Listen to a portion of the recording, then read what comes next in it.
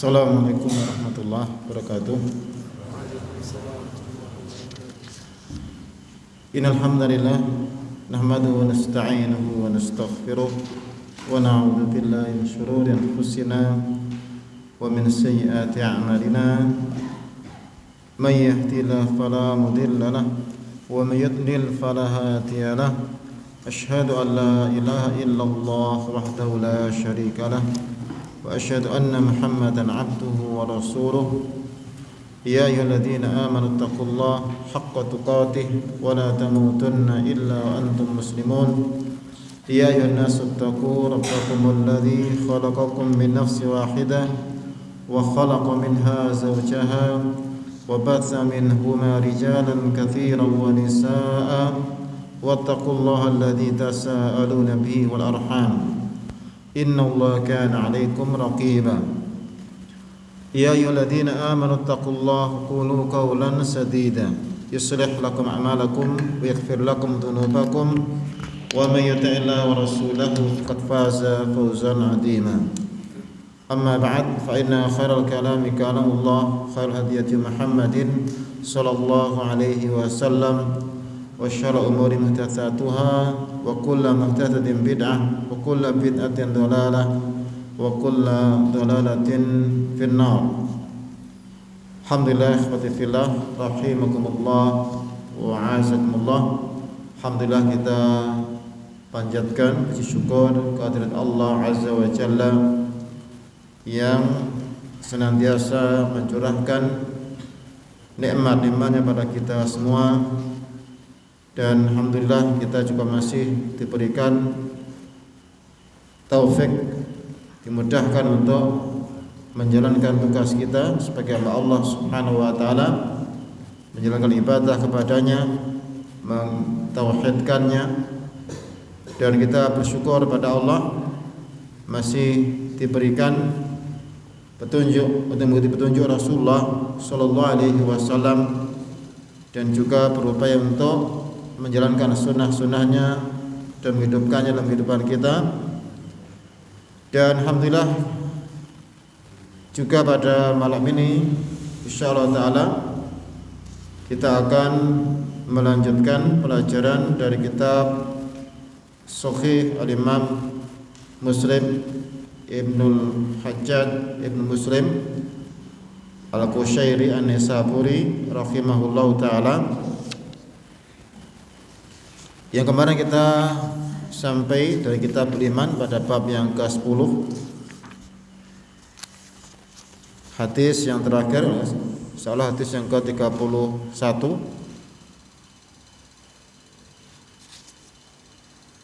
Yang setelahnya ya, fadhal silakan dibaca salah seorang antum. Manil qari. Bismillahirrahmanirrahim. Alhamdulillah wassalatu wassalamu ala Rasulillah wa ala alihi wa sahbihi ajma'in. Allahumma ighfir lana wa li ustadina wa muhammadina ajma'in. Qala mu'allif rahimahullah ta'ala qala hadatsana Ishaq bin Mansur akhbarana Mu'adh Qala akhbarana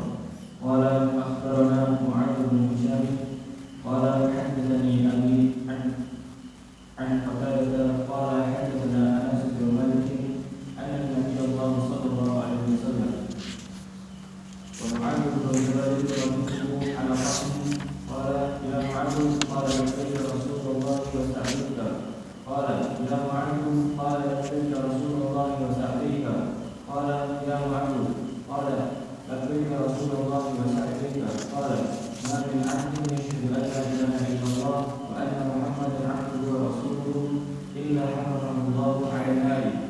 Qala ya Rasulullah afala ukhbiru bihan nasa fa yastabshiru qala idza yattaqilu fa akhbarani Mu'adh inda qawlihi asaman.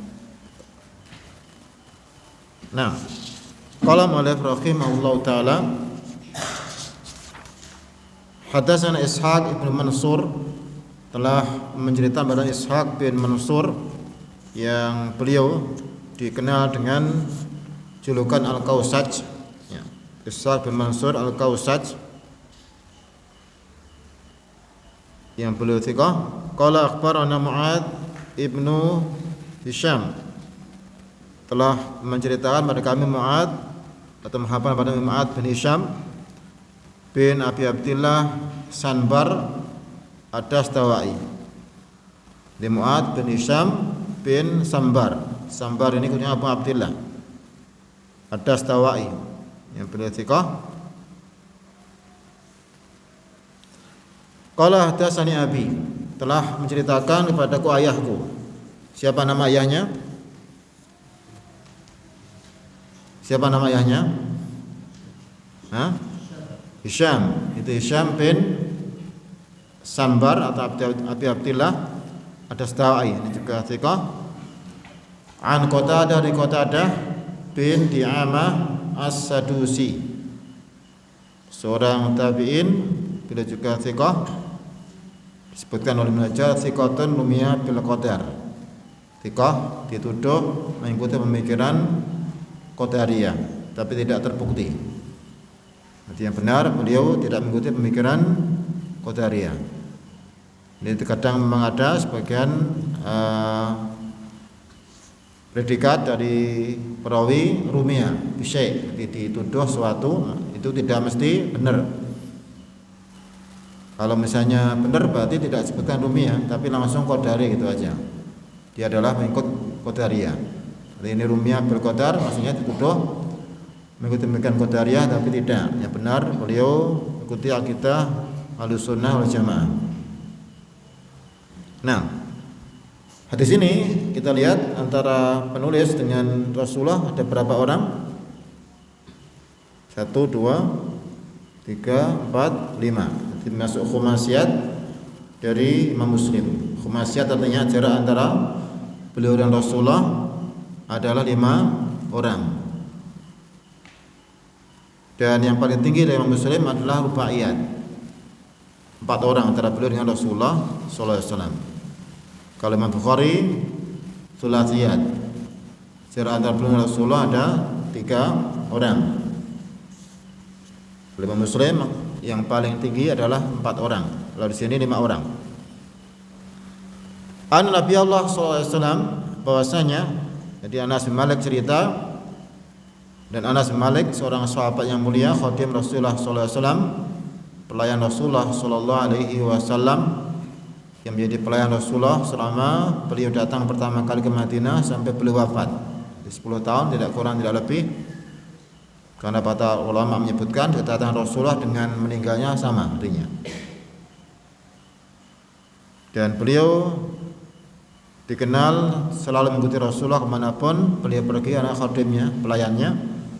Dan diantara manfaat yang beliau dapatkan adalah paling banyak mendapatkan hadis Rasulullah sallallahu alaihi wasallam, karena dimanapun selalu mengikuti.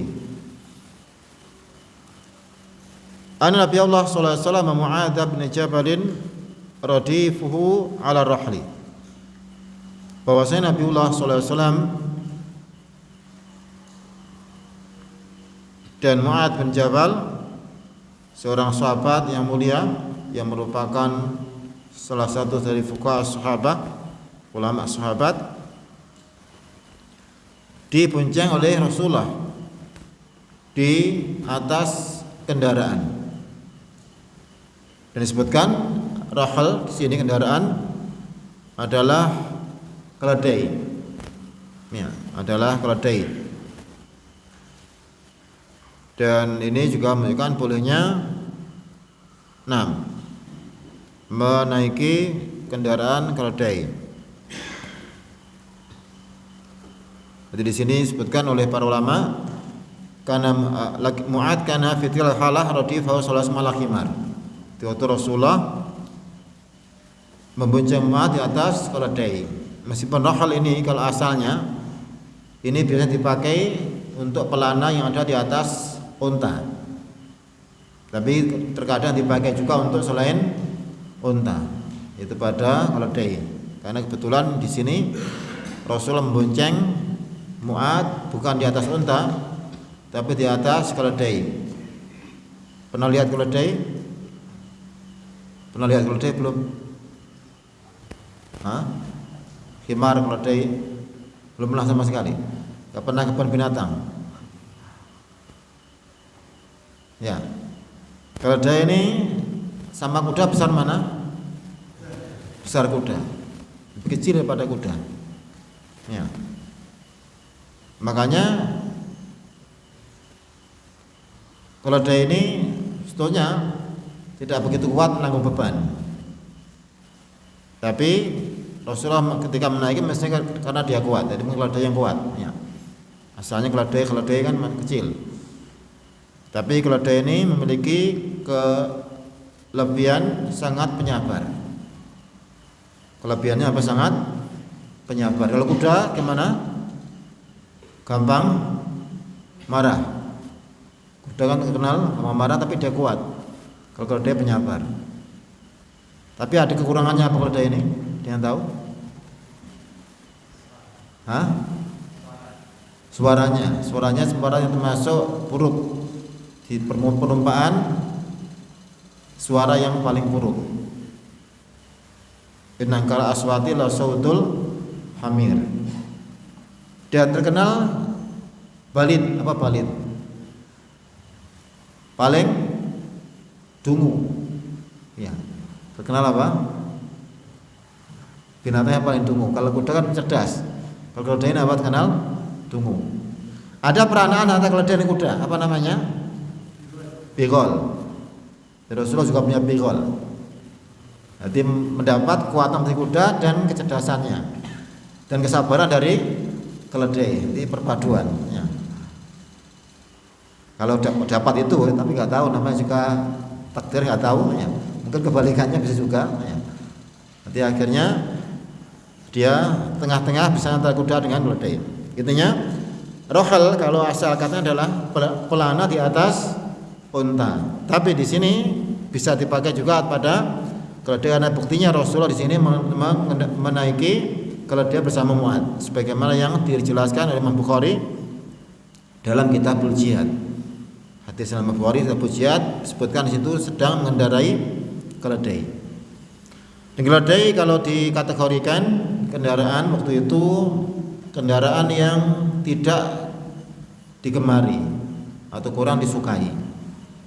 Kalau yang sukai yang mentereng kuda, ya, ini sukai. Kalau kuda yang bagus. Kalau keledai ini jarang yang menggunakan karena tidak mentereng. Dan dia makanya ini menunjukkan tentang tawadhu Rasulullah Sallallahu Alaihi Wasallam. Menaiki keledai bahkan bukan menaiki sendiri, juga membonceng orang lain. Ini pun juga menunjukkan tawadhu Rasulullah Sallallahu Alaihi Wasallam. Beliau membonceng sahabatnya. Padahal beliau adalah kepala negara, khalifah, bahkan imam kaum muslimin dunia dan akhirat mereka, tapi beliau tidak menghalangi untuk membonceng rakyatnya atau sahabatnya di atas keledai. Ini di antara faedah yang diambil dari hadis ini. Kemudian qala Rasulullah bersabda ketika naik keledai, berarti di sini yang tahu hanya Rasulullah dengan Mu'ad karena enggak ada yang mendengar selainnya. Ya Mu'ad, wahai Mu'ad, qala kemudian Mu'ad mendengar labbaika Rasulullah wa sa'daik. Aku penuhi panggilan Rasulullah dan kebahagiaan kepadamu.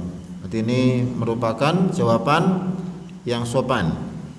Ini termasuk di antara faedahnya ketika ada orang yang lebih tua, ya. Ini menjawab panggilan dengan sopan. Bukan dijawab dengan teriak juga atau dengan panggilan yang jawaban yang tidak pantas. Ini termasuk di antara adab yang dilakukan Mu'ad bin Jabal kepada Rasulullah sallallahu alaihi wasallam. Ini bukan sekedar ya na'am, tapi labbaik ya Rasulullah wa sa'daik. Jadi di sini huruf nidanya dihilangkan. Ini boleh dihilangkan. Bisa ya ini ada, bisa tidak. Bukan di sini baca ya Rasulullah. Labbaik Rasulullah sa'daik.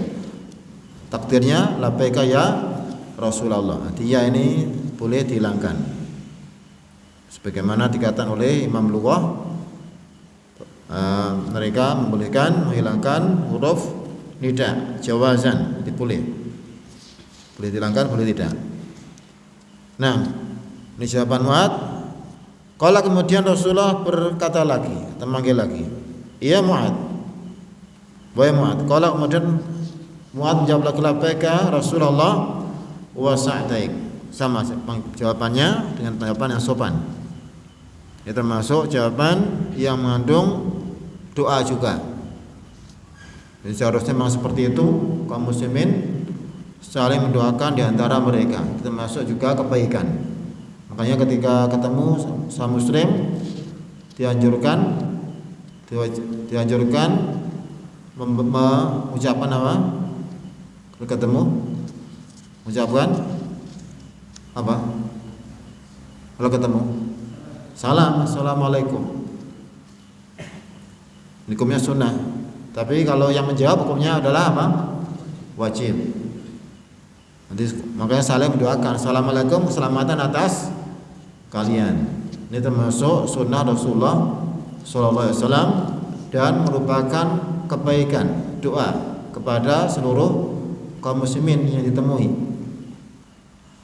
Adapun kalau yang datang dari orang-orang barat yang biasanya cuma keselamatan di pagi atau siang, selamat pagi, selamat siang. Kalau yang kaum muslimin keselamatan dunia dan akhirat, mendoakan sebagai keselamatan atasmu dan berkah atasmu. Ini merupakan salam, ucapan salam yang sangat agung, sangat indah. Ditambah lagi di sini ada sa'daik juga doakan kebahagiaan. Ini termasuk seharusnya kita contoh di mana kita berada mendoakan kebaikan kepada kaum muslimin yang kita jumpai. Dan termasuk tanda kiamat orang bertemu saling melaknat. Ketemu gimana? Saling melaknat di antara suatu saat. Ketemu bukan doa kebaikan malah saling melaknat. Mending kalau saling melaknat aja. Karena ditambah dengan ucapan yang apa? Yang tidak pantas. Ya. Kamu masih hidup ya ternyata. Ya, ini termasuk nggak boleh seperti itu. Ini di Jawa bagian timur banyak. Yang ini nggak boleh ditiru. Kalau mungkin ada yang dari sana, ya, dengan diikuti kebiasaan di daerahnya. Ya, Surabaya atau mana biasanya seperti itu. Nah, ketemu malah saling sumpah serapah, kemudian apa? Saling melaknat. Ini tidak boleh. Bahkan anak-anak muda sekarang juga seperti itu. Ketemu malah apa? Ucapan-ucapan yang tidak pantas, tidak benar. Ya. Yang benar apa? Salam. Doakan kebaikan. Sebagaimana yang dilakukan oleh Mu'adz pada Rasulullah sallallahu alaihi wasallam. Kemudian Rasulullah mengulang lagi, ya Mu'adz, qala labbaika Rasulullah sa'daik. Jadi masih diulang sampai 3 kali. Qala kemudian beliau di sini tujuannya tentunya adalah untuk membuat Mu'adz ini perhatian. Jadi perhatian, kalau sekali aja mungkin diulang perhatian sampai 3 kali.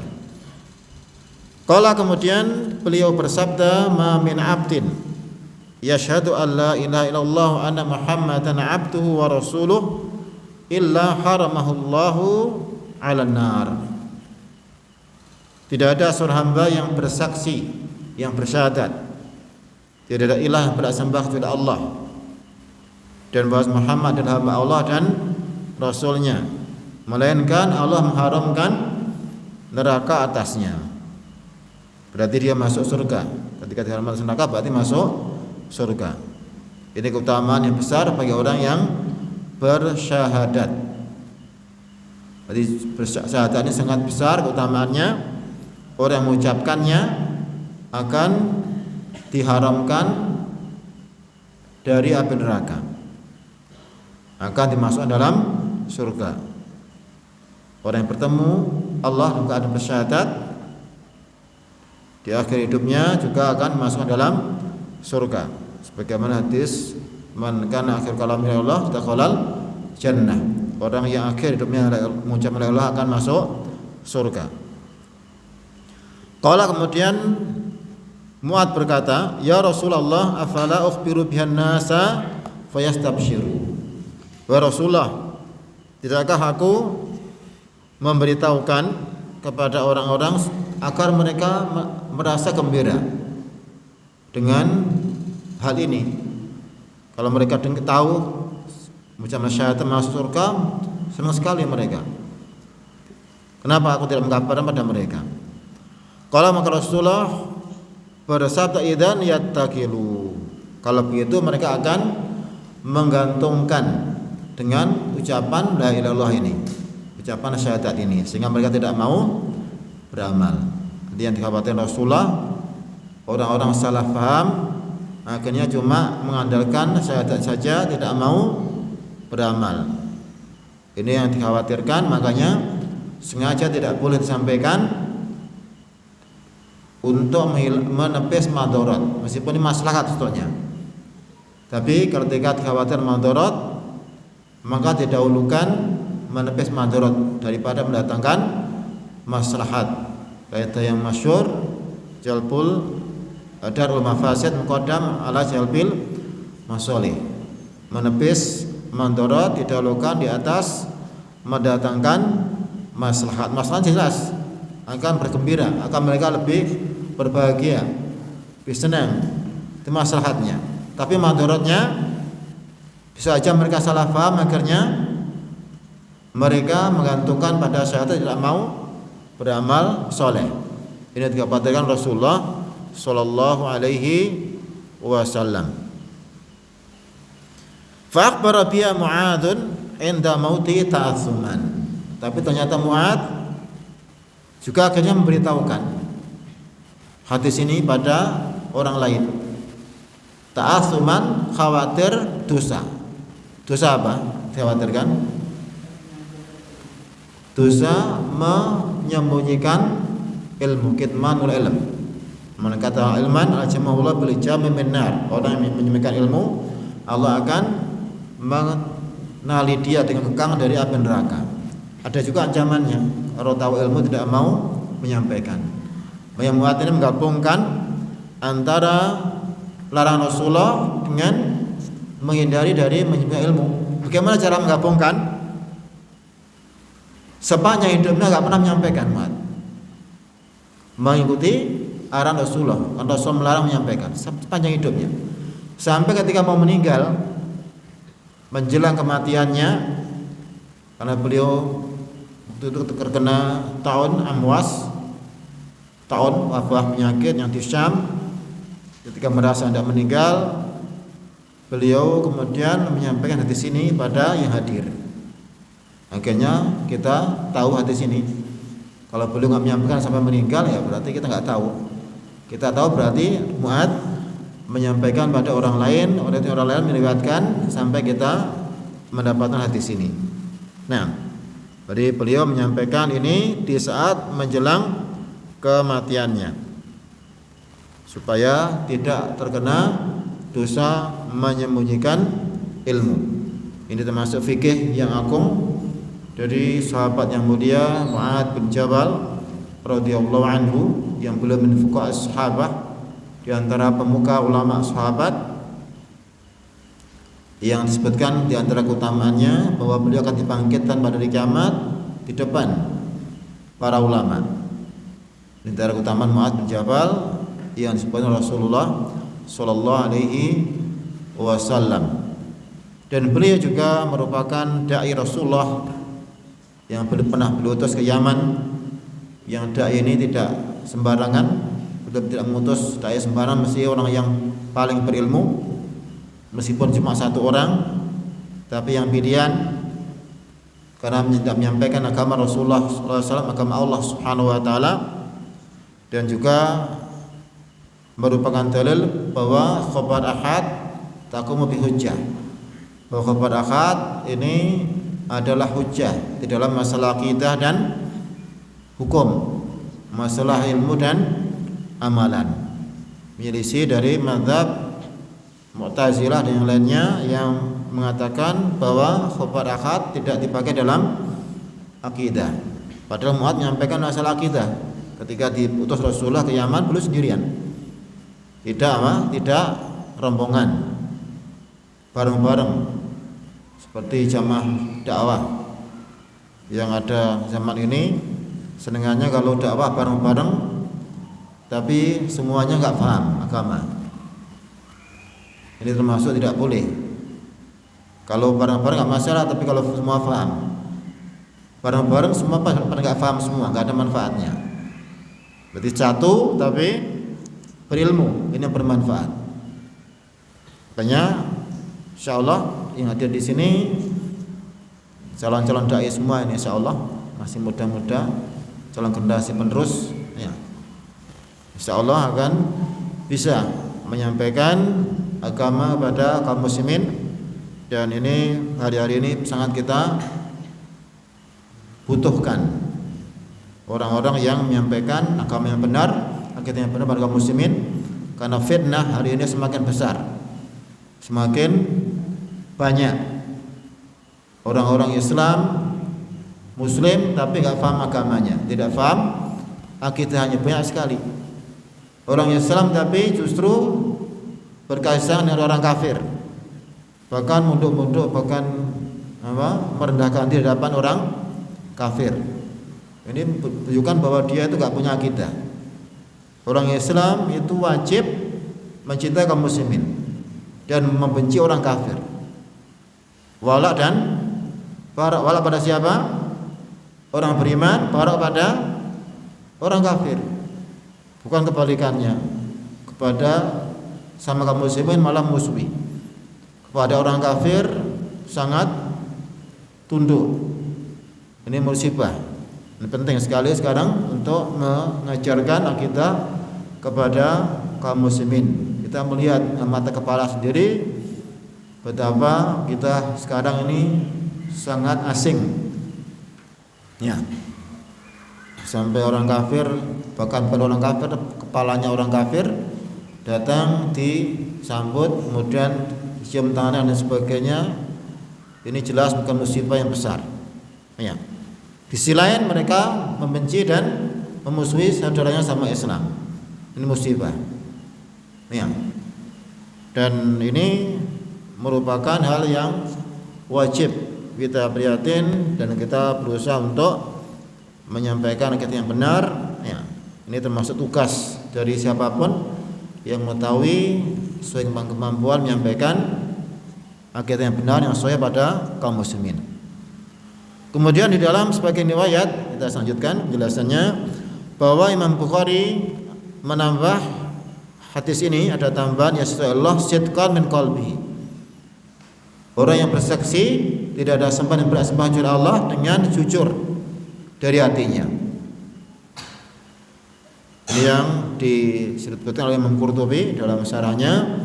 Imam Bukhari menyambah dalam riwayat ini sidqan min qalbihi.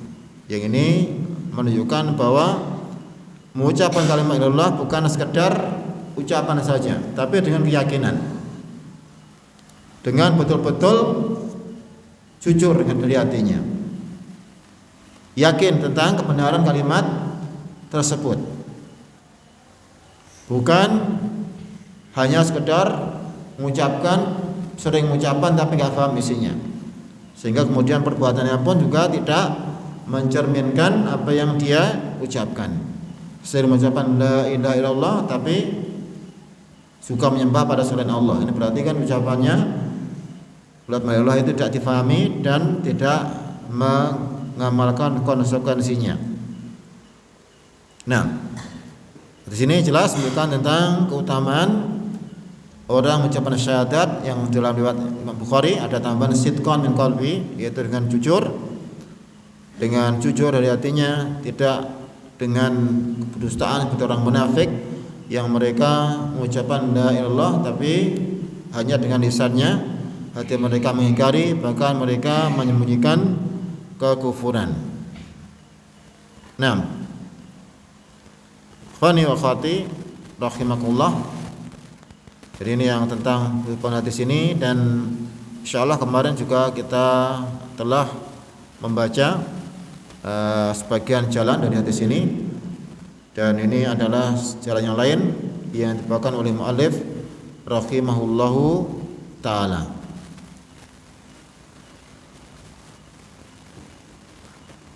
Kemudian juga insyaallah sudah sampaikan sebagian, tapi kita ulangi bahwa termasuk maslahat adalah tidak menyampaikan ilmu. di awal sampai benar-benar siap. Jadi ilmu itu ada marhalahnya, ada fase-fasenya. Kalau mungkin sudah paham nggak masalah, sampaikan yang seperti ini.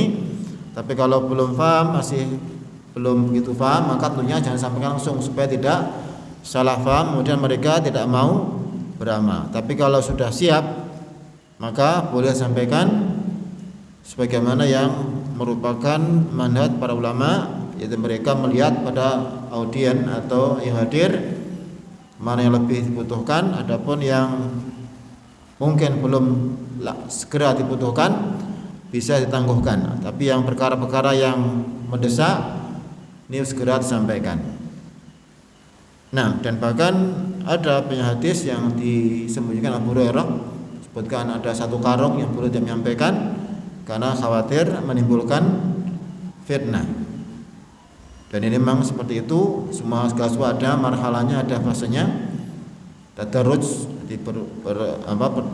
berurutan, sebagaimana ketika ilmu juga yang dari yang mudah pada yang lebih sulit di atasnya terus, ya tidak langsung diberikan yang sulit, nanti tidak baik. Nah, ini juga diantara dalil tadarruj fil ilmi.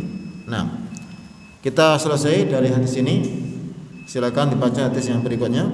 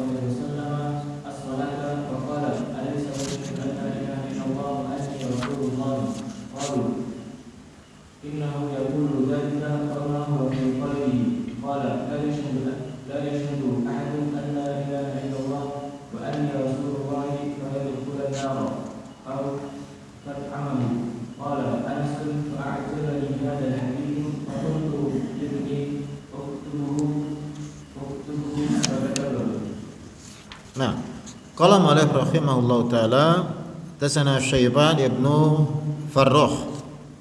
Syaiban ibnu Farrukh al-Habati maulahum Abu Muhammad al-Ubulli, yang beliau kata Ibnu Hajar dalam takrib sadukun yahim warumya bil qadar. Nah,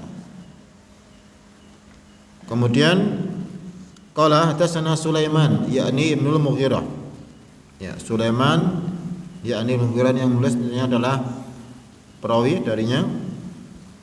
Sulaiman bin Mughirah al-Qaisi maulahum Abu Sa'id al-Basi yang beliau thiqah. Qala beliau berkata hadatsana Tsabit. Tsabit adalah Tsabit bin Aslam al-Bunani Abu Muhammad al-Basri thiqatun abid. Bahkan disebutkan beliau oleh para ulama adalah asbatun nas fi Anas, orang yang paling kuat hadisnya pada Anas. Jadi dia perawi yang paling kuat hadisnya dari Anas bin Malik radhiyallahu anhu. Tsabit bin Aslam al-Bunani, seorang tabi'in yang mulia. Asbatun nas fi Anas. An Anas bin Malik An-Najjar, dari Anas bin Malik An-Najjar Al-Ansari, beliau adalah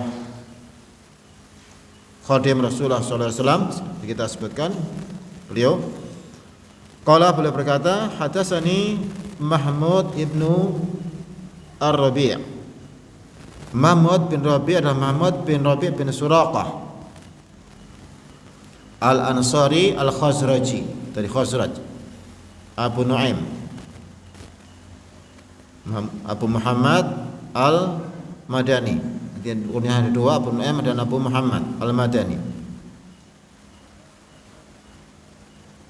Yang beliau adalah menantu dari Ubadah bin Samit radhiyallahu anhu.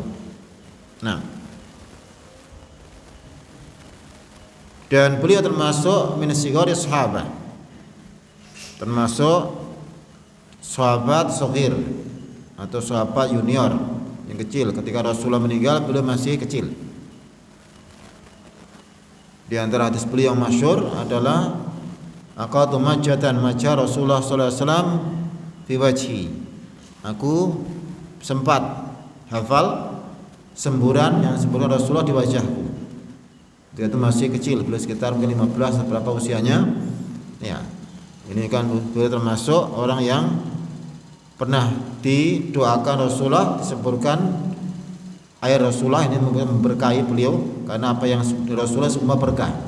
Dan boleh tabaruk dengan semua yang datang dari Rasulullah, dari bekas minumnya, bekas makannya, dari keringatnya, bahkan dari ludahnya, dari dahanya. Para sahabat tabaruk dengan diri Rasulullah sallallahu alaihi wasallam. Termasuk yang mendapatkan berkah disemburi dengan semburan air Rasulullah adalah ini, Mahmud bin Rabi' Al-Ansari, yang beliau sempat hafal pernah sembur Rasulullah sallallahu alaihi wasallam. An Itban bin Malik, dari Itban bin Malik. Kita lihat ada 3 sahabat yang meriwayatkan, saling meriwayatkan. Anas dari Mahmud bin Rabi' dari Itban, termasuk jarang ya. Sini ada 3 sahabat saling meriwayatkan satu dengan yang lain. Itban bin Malik Ibnu Amr Al-Khazraji As-Salimi Al-Badri. Dia juga seorang Ansar dari Khazraj juga.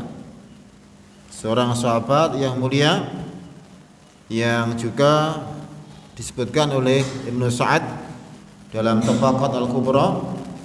Beliau sempat dipersaudarakan dengan Umar bin Khattab radhiyallahu anhu. Di saudara Umar se-Islam.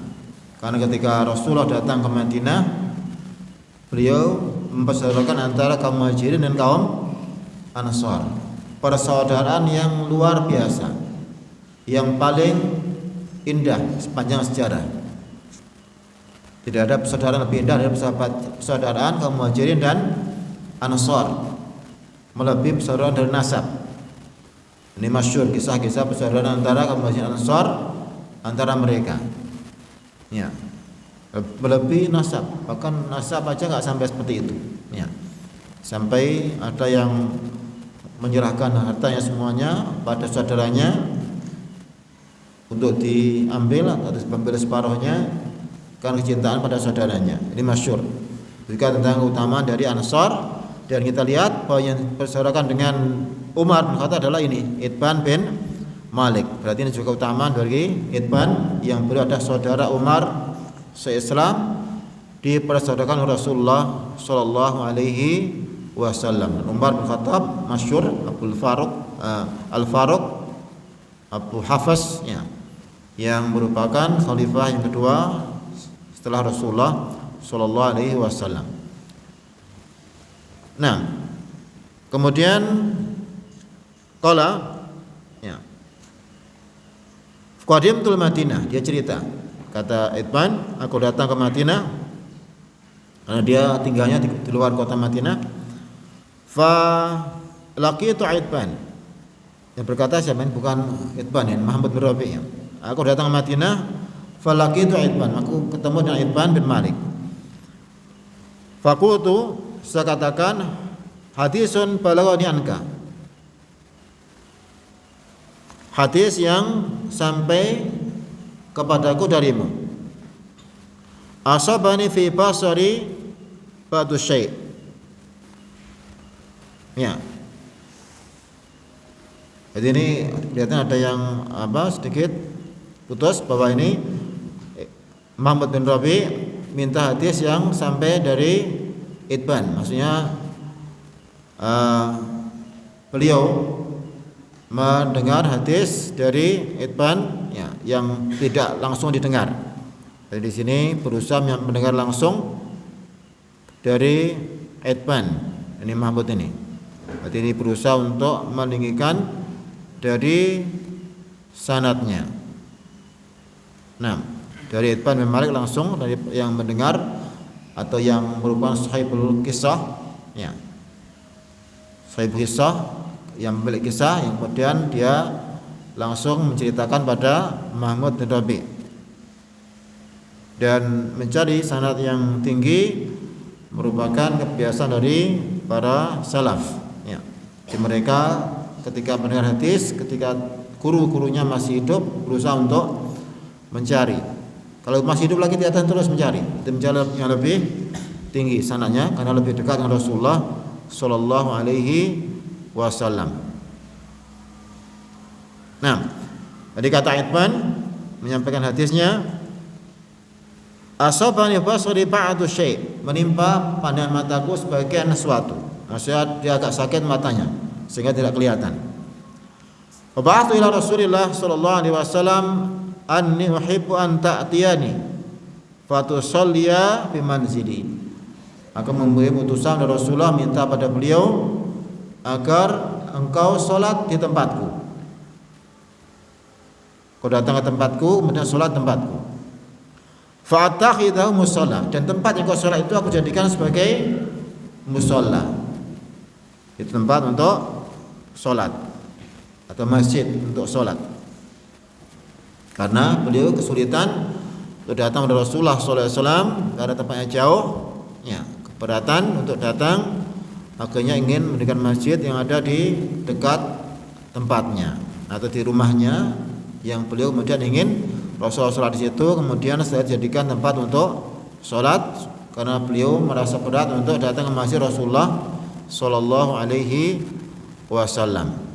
Nah, dan disebutkan juga bahwa Itban ini adalah imam kaumnya,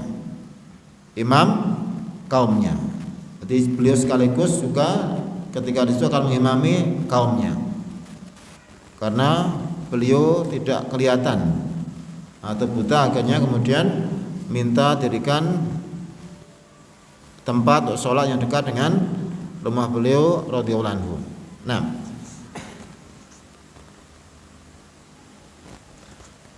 qala kemudian kata Itban, fa atan Nabi sallallahu alaihi wasallam man sya'allahu min ashabi. Kemudian Rasulullah datang dengan yang Allah kehendaki dari sahabatnya, dan beberapa orang dari sahabatnya.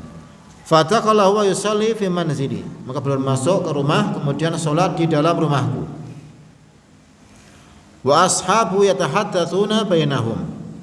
Dengan para sahabat berbincang-bincang di antara mereka, yang salat sama Rasulullah. Sumasnatu auzma dzalik wa kubra ila Malik bin Dukhshum ya. Kemudian mereka menyandarkan, di asna itu artinya menyandarkan,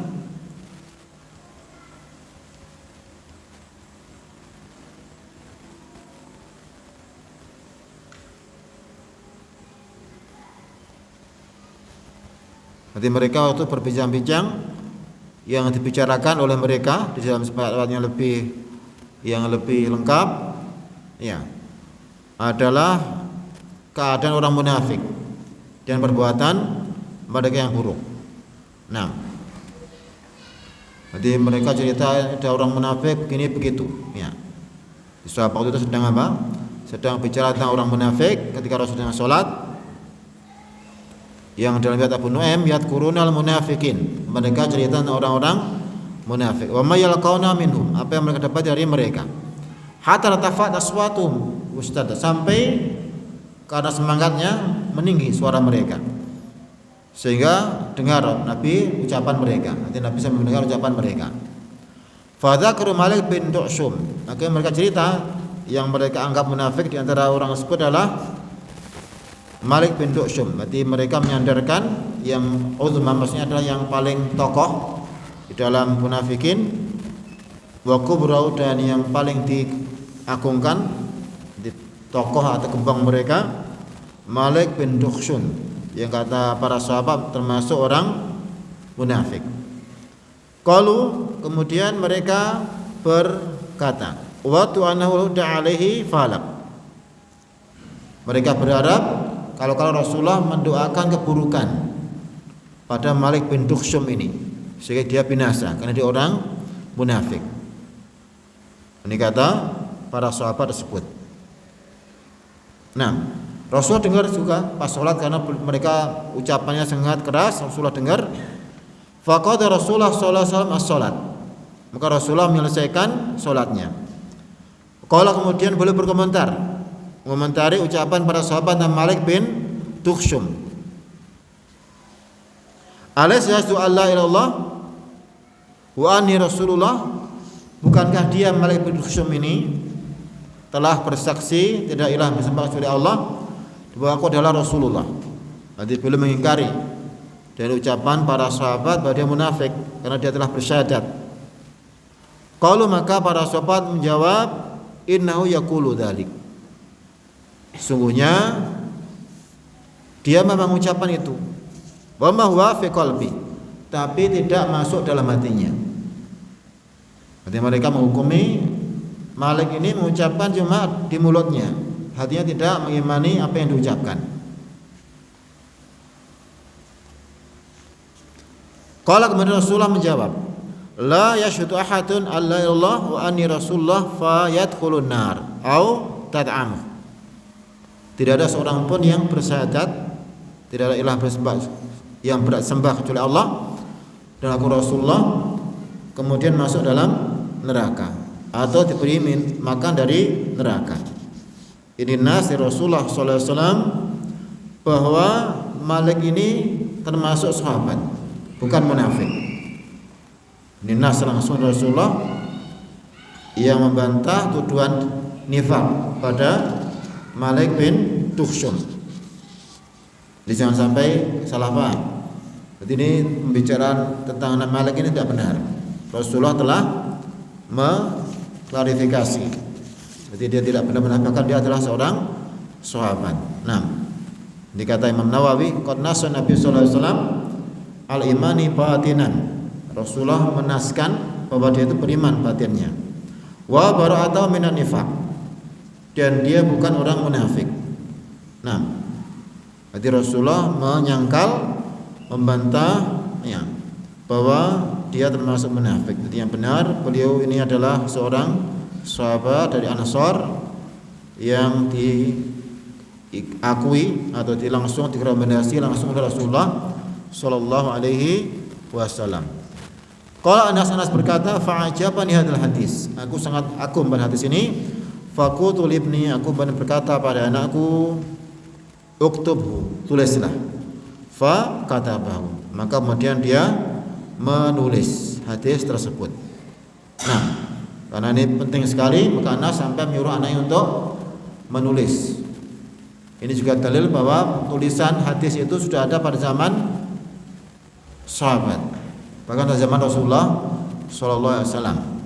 Tidak benar tuduhan orang-orang orientalis yang mengatakan bahwa penulisan hadis ini tidak ada pada zaman Rasulullah atau pada sahabat, baru belakangan ditulis.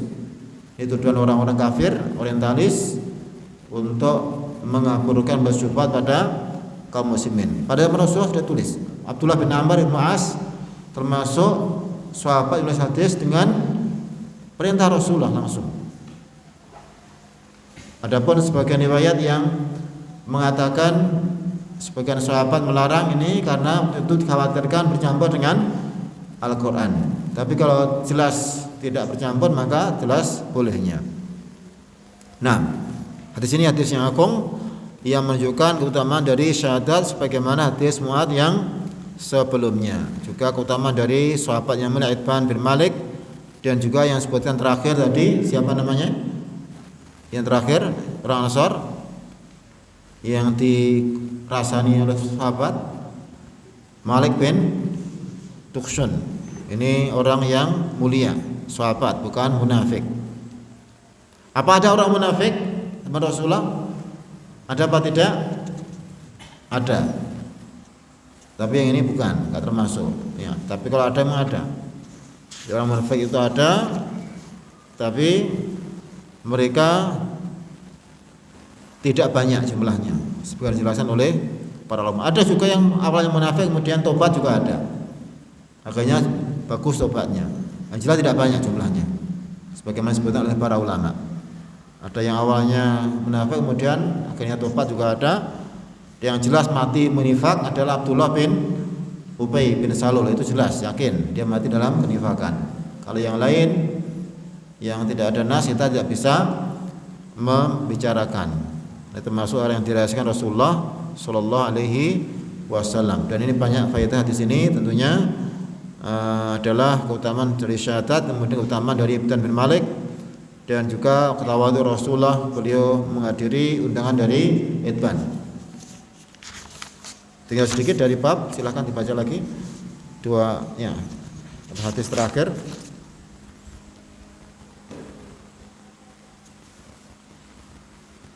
Betul.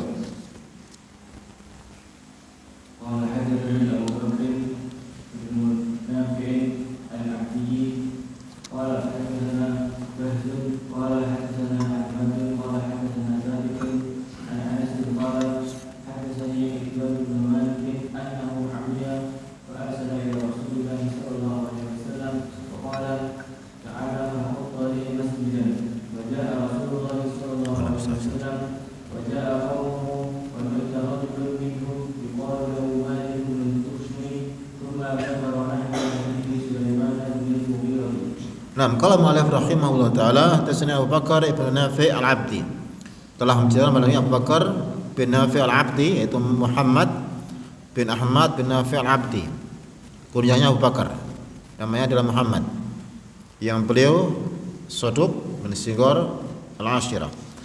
Qala hadatsana Bahs yaitu Bahs bin Asad al-Ammi, Bahs bin Asad al-Ammi, Abul Aswad al-Basri thiqatun sabtun.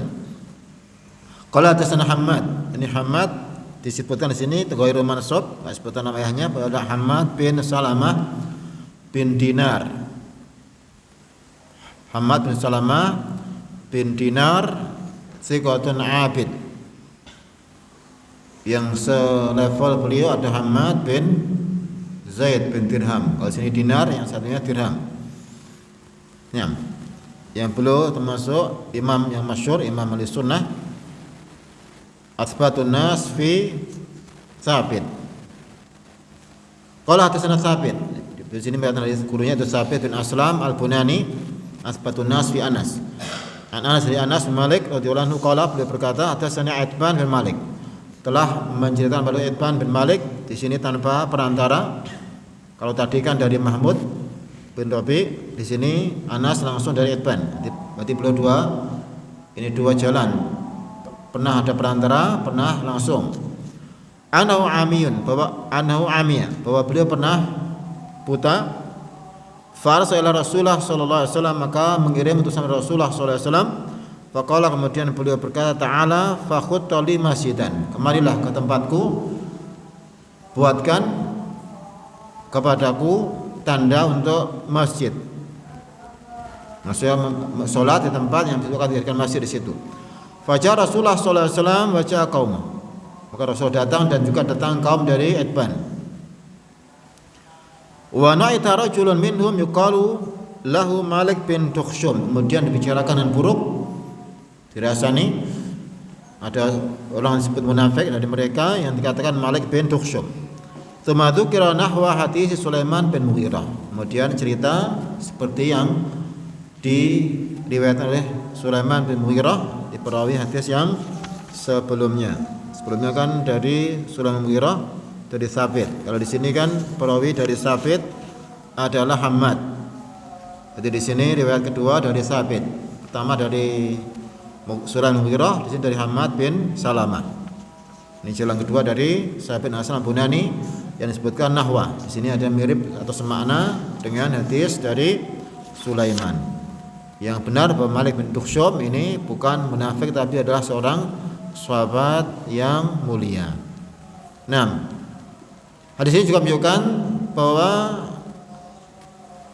tuduhan nifak ini wajib berhati-hati. Ya, tidak boleh kita gampang-gampang nuduh orang munafik. Kecuali kalau benar-benar nampak jelas, bahkan ada nas. Ya, ini jelas. Ini ada tanda-tanda nifak yang jelas sekali, maka boleh. Tapi ketika masih belum jelas, tidak boleh gampang-gampang nuduh nifak, karena nifak berarti kan masuk dia tidak beriman, masuk takfir, mengkafirkan. Maka harus berhati-hati. Meskipun juga wajib seorang muslim menjauhi sifat-sifat kaum munafik. Mudah berdusta, janji mengingkari, ini semua kan sifat munafikin, juga wajib dijauhi. Termasuk sifat nifak yaitu mencintai orang kafir dan membenci orang Islam. Makanya Rasulullah bersabda, hubbul ansar minal iman. Mencintai orang Ansar termasuk bagian dari keimanan. Wa bughdul ansar minan nifaq. Dan membenci orang Ansar bagian dari kenifakan. Jadi wajib seorang mukmin mencintai sama mukminin dan benci orang kafir supaya tidak termasuk orang-orang munafik. Kita selesai dari bab yang ke-10 ya. Insyaallah bab yang ke-11 akan kita baca dalam kesempatan yang akan datang.